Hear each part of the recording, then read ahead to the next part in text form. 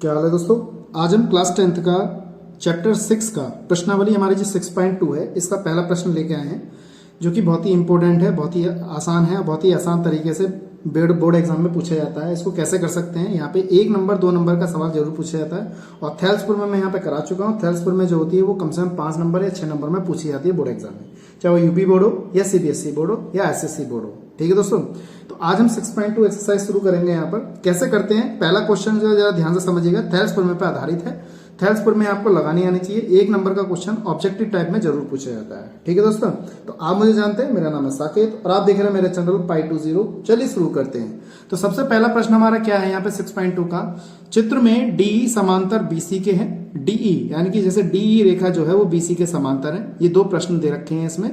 चित्र 1 में EC का मान बताना है, यानी कि इसका मान बताना है। ठीक है दोस्तों, और चित्र सेकंड में यानी कि दूसरा चित्र ये वाला, इसमें AD का मान बताना है, यानी कि AD कौन सी भुजा हमारी ये वाली दे रखी है, ये वाले हमें इसका मान ज्ञात करना है। ठीक है दोस्तों, कैसे करते हैं जरा ध्यान से देखिएगा।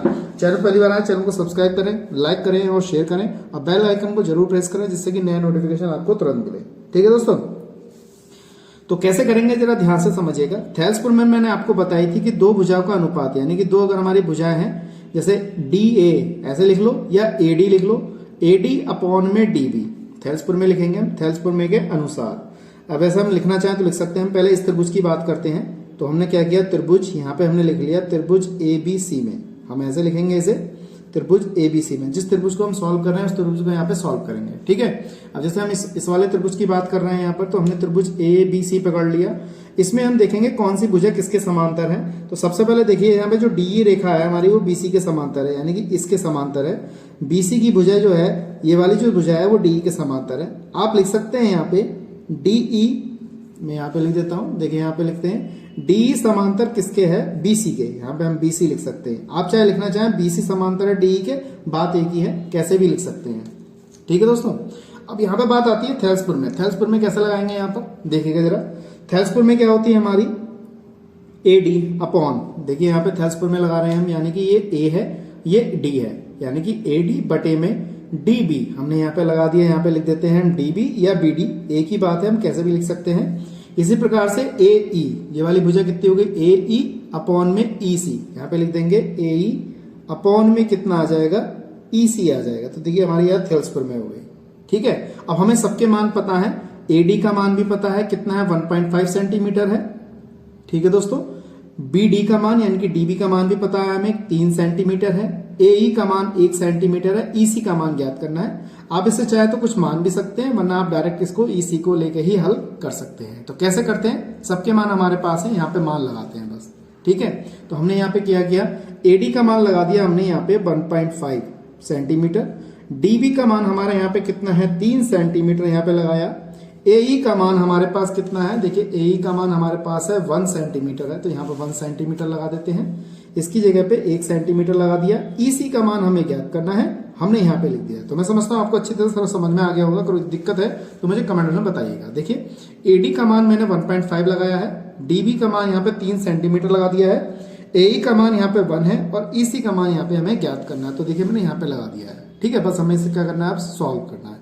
तो देखिए क्रॉस मल्टीपल कर लीजिए, इसकी गुणा इससे, इसकी गुणा इससे। देखिए हमने इसकी गुणा करी, इसकी गुणा इधर करेंगे, देखिए 1.5 गुणा EC ऐसे लिखेंगे और 1 इंटू कितना लिख लेंगे, 3 लिख लेंगे। अब देखिए हमने गुणा करके लिख लिया, क्रॉस मल्टीपल कर लिया यहाँ पे। अब हमें EC का मान चाहिए, तो EC को यहीं रखेंगे, इसको इसके नीचे ले आएंगे। तो 1 इंटू 3 अपॉन में 1.5 सेंटीमीटर ऐसा लिख लिया हमने। अब इसको सॉल्व कर लेते हैं। अब देखिए पॉइंट हटा के यहाँ पे हमने क्या किया, ऐसे 0 बढ़ा लिया, यानी कि 10 बढ़ा लिया। तो EC बराबर कितना आ गया हमारे पास, यहाँ पे 30 हो जाएगा और ये बटे में कितना आ गया, 15। 15 दूनी कितना आ गया, 30 आ गया। यानी कि EC का मान अगर देखा जाए तो EC का मान हमारे पास कितना आ गया, 2 सेंटीमीटर आ गया। देखिए हमारा कितना आसान तरीके से कर लिया।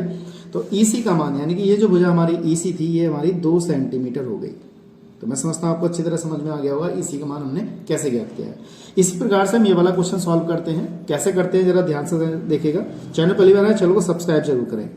देखिए हमारे पास ये है, यहाँ पे भी ऐसे लगाते हैं हम, AD अपॉन में DB बराबर AE अपॉन में EC ऐसे लिखेंगे। AD का मान हमारे पास है, AD का मान हमें यहाँ पे ज्ञात करना है। तो AD की जगह आप कुछ भी मान सकते हैं, तो हमने AD को AD रखा है। आप चाहे तो XYZ कुछ भी मान सकते हैं। ठीक है दोस्तों, अब हमने यहाँ पे AD का मान रख दिया है। DB का मान हमारे पास कितना है 7.2 है, और AE का मान हमारे पास है 1.8 सेंटीमीटर, और EC का मान हमारे पास है 5.4 सेंटीमीटर दे रखा है यहाँ पर। ठीक है दोस्तों, अब आपको क्या करना है, क्रॉस मल्टीपल करना है, इसकी गुणा ऐसे और इसकी गुणा ऐसे। देखिए AD गुणा 5.4 हो जाएगा यहाँ पर, 1.8 गुणा 7.2 हो जाएगा। तो हमने यहाँ पे क्रॉस मल्टीपल करके यहाँ पे इसको हल कर रहे हैं।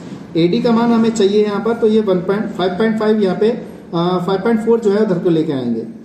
देखिए इस टाइप से ले लेंगे यहाँ पर, और ये 5.4 जो है हमारा यहाँ पे आ गया इस टाइप से बटे में।